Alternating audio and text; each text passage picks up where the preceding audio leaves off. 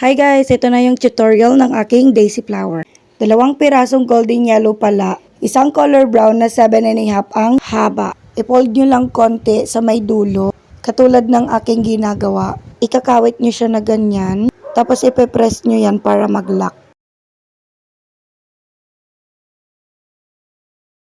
Dito naman, pen na medyo mataba yung ginamit ko. 4 na beses kong inikot, tapos 4 na beses din sa kabila. Kung wala naman kayong matabang pen, pwede naman yung lighter gamitin pang ikot.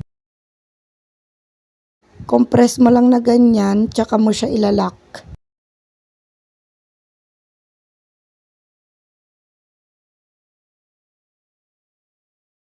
Pagkatapos, kukunin mo yung isang dulo, ipapasok mo dyan, tsaka mo siya ulit ilalak para hindi mababaklas yung mga petals doon sa gitna.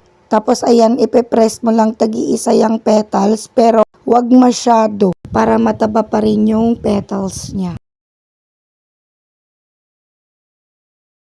Tsaka mo siya iti-twist ng half lang, katulad ng ganyan.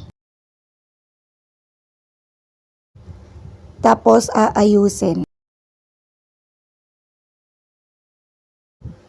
Pag okay na, itataas mo lang yung mga petals, tapos itutupi mo na ganyan para may balik yung sa dulong part lang ng petals.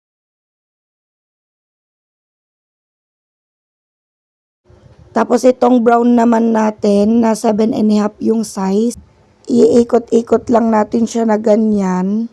Ito na yung huli, didikit lang natin yan dyan sa gitna. So ayan, tapos na. Thank you for watching. Follow for more videos.